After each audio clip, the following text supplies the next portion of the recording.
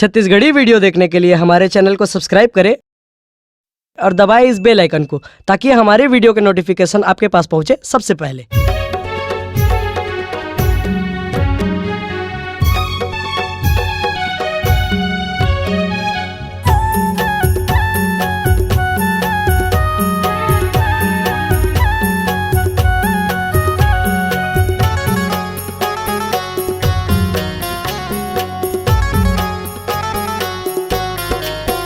सतपुरुष पिता मोर गुरु बाबा वंदना करथन तोरे नाम के।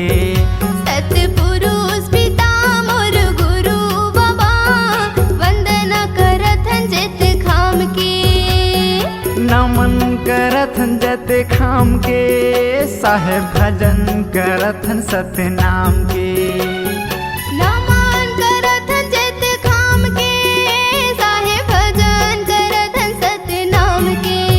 सतपुरुष पिता मोर गुरु बाबा वंदना करथन तोरे नाम के। हाँ वंदना करथन तोरे नाम के।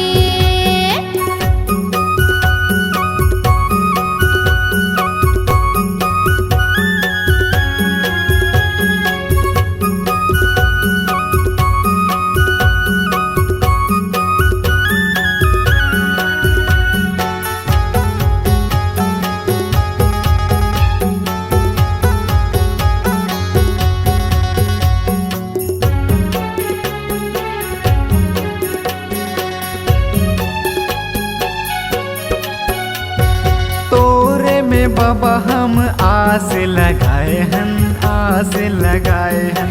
चरण में तोर मालिक माथ मढ़ाए हन, माथ मढ़ाए हन। आस लगाए हन गुरु आस लगाए हन, माथ मढ़ाए हन बाबा माथ मढ़ाए हन। भाग्य विधाता तै नसीब के घासी भाग जगा दे हम गरीब के।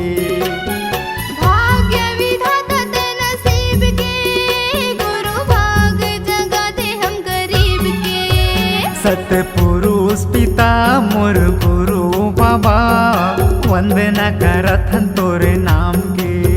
हाँ वंदना करथन तोरे नाम के।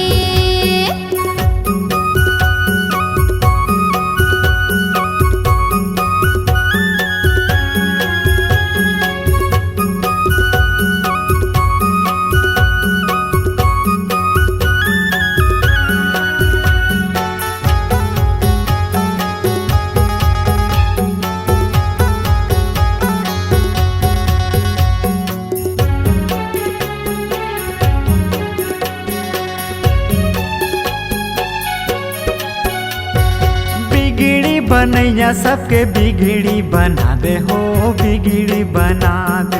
अर्जी लगावत हवन बिनती ला सुन ले हो, बिनती ला सुन ले। बिगड़ी बना दे बाबा बिगड़ी बना दे, बिनती ला सुन ले गुरु बिनती ला सुन ले। भाग्य विधाता तै नसीब के घासी भाग जगा दे हम गरीब के।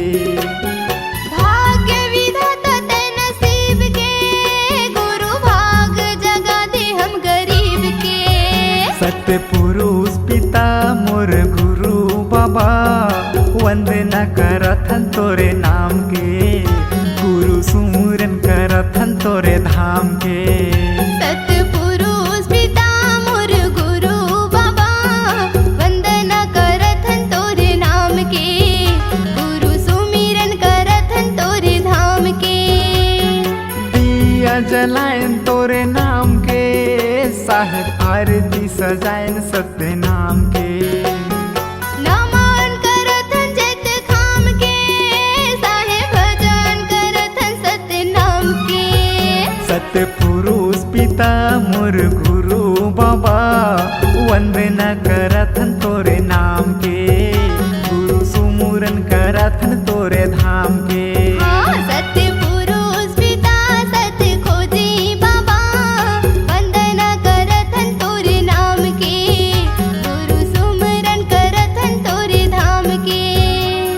नमन करथन जत खाम के साहेब भजन करथन सत्य नाम के।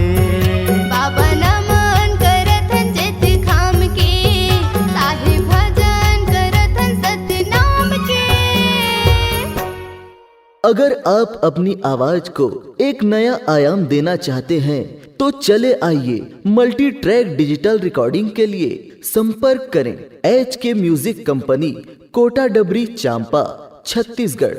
मोबाइल नंबर है 9329238487 और 8085380339।